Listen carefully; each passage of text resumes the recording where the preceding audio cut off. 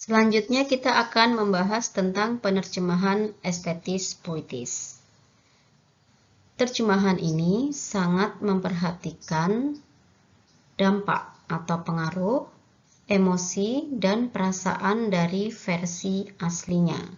Juga bentuk estetis yang dipakai oleh penulis asli, dan segala informasi apapun yang ingin disampaikan oleh pesan atau makna dari teks sumbernya.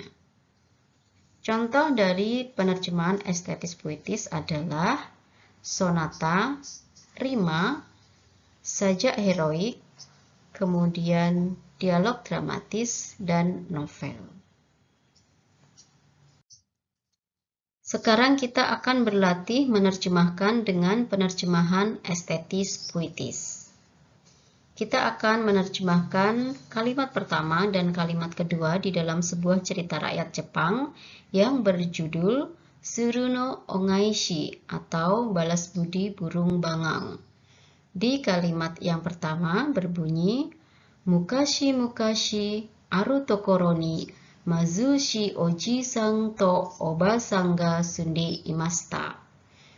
Jadi kita terjemahkan dahulu bagian per bagian agar lebih mudah. Jadi di sini ada 1, 2, 3, 4 bagian.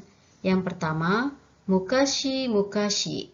Mukashi artinya pada zaman dahulu.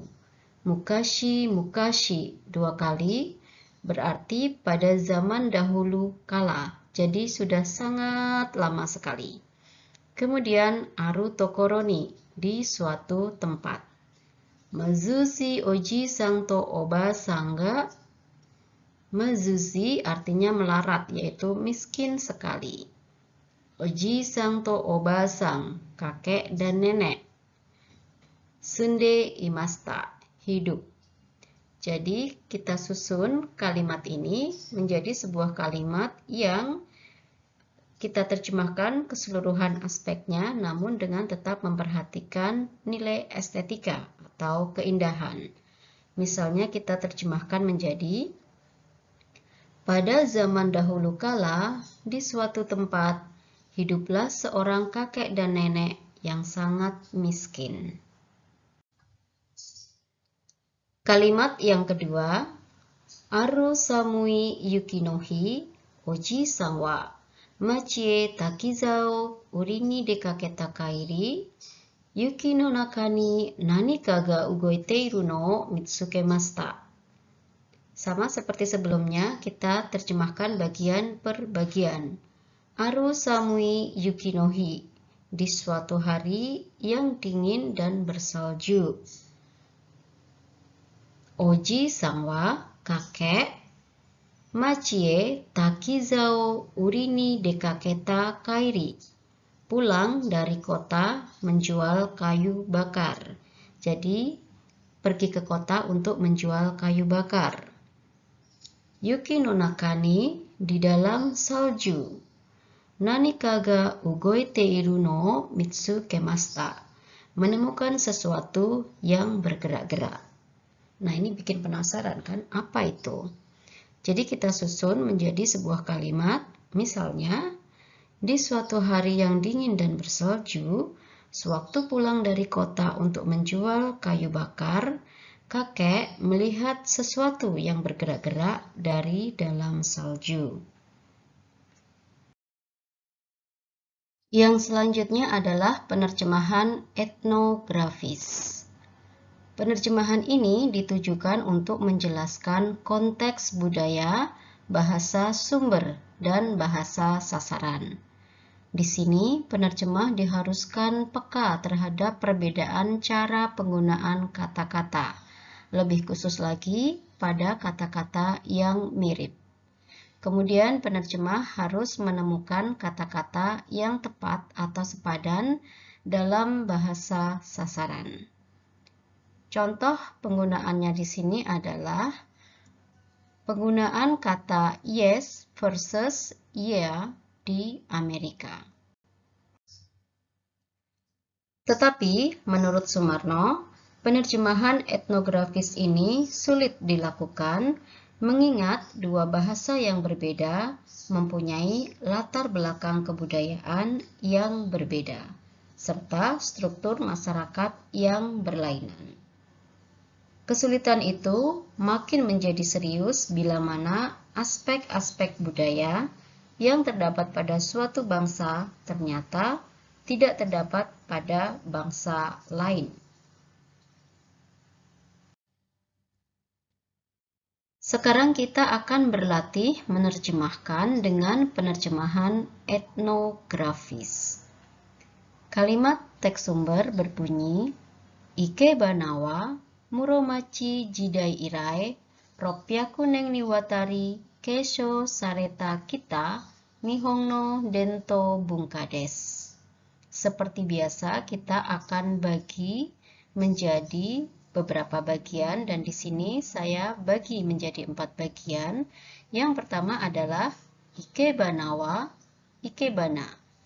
Ikebana ini sebuah seni di Jepang yang tidak ada di Indonesia. Karena itu, kata Ikebana dipertahankan, tidak diterjemahkan ke bahasa sasaran. Kemudian bagian yang kedua, Muromachi Jidai Irai, sejak zaman Muromachi. Bagian yang ketiga, Ropyaku Neng Niwatari, selama 600 tahun. Keisho Sareta Kita, diwariskan. Kemudian bagian yang keempat, Nihongo Dento Bungkades, budaya tradisional Jepang. Setelah kita terjemahkan bagian per bagian, kita rangkai menjadi sebuah kalimat. Misalnya menjadi Ikebana, kemudian di belakang kata Ikebana kita tulisi angka 1 kurung tutup di superscript atau ditulis di atas.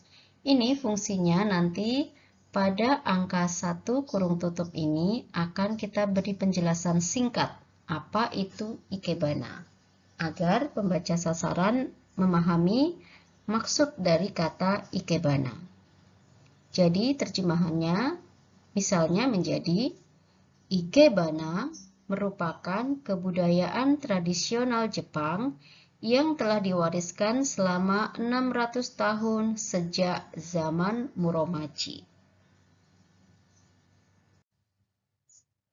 Jenis penerjemahan yang selanjutnya adalah penerjemahan linguistik. Terjemahan ini memperhatikan kesepadanan makna dari morfem pembentuk pada bahasa sumber dan juga bentuk gramatikanya. Diberikan contoh di sini adalah bahasa yang digunakan dalam program komputer dan terjemahan mesin. Nababan menjelaskan bahwa penerjemahan ini berisi informasi linguistik yang implisit dalam bahasa sumber yang dijadikan eksplisit ke dalam bahasa sasaran. Ini terjadi karena kalimat dalam bahasa sumber misalnya berbentuk taksa yang memiliki struktur lahir yang sama namun struktur batinnya berbeda. Nah, apa itu kalimat taksa? Kalimat taksa adalah kalimat yang memiliki makna lebih dari satu. Kemudian atau juga makna tersebut kabur, meragukan, ambigu, atau membingungkan. Nah, sebelum diterjemahkan, kalimat tersebut harus dianalisis dahulu komponennya, dipahami dengan baik, baru kemudian diterjemahkan.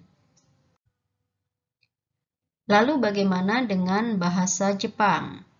Bahasa Jepang dikatakan ambigu secara struktural. Jadi, jika penerjemah tidak memperhatikan hal ini, maka maksud penulis mungkin tidak bisa disampaikan secara akurat kepada pembaca, sehingga akan menimbulkan kebingungan dan kesalahpahaman.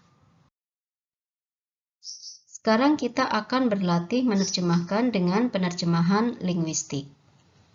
Saito kungwa Minasuki sang no yoni umaku bungso kakenai. Kalimat ini bisa diterjemahkan ke dalam dua terjemahan atau dua makna.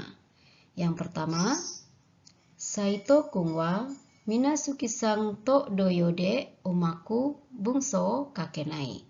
Jadi dua-duanya, baik Saito maupun Minasuki, sama-sama tidak pintar menulis kalimat. Kemudian yang kedua, Saito kung wa Minasuki-sang hodo umaku bungso kakenai. Kalau yang kedua, Saito yang tidak pintar membuat atau menulis kalimat. Sedangkan Minasuki itu lebih baik dari Saito dalam membuat atau menulis kalimat.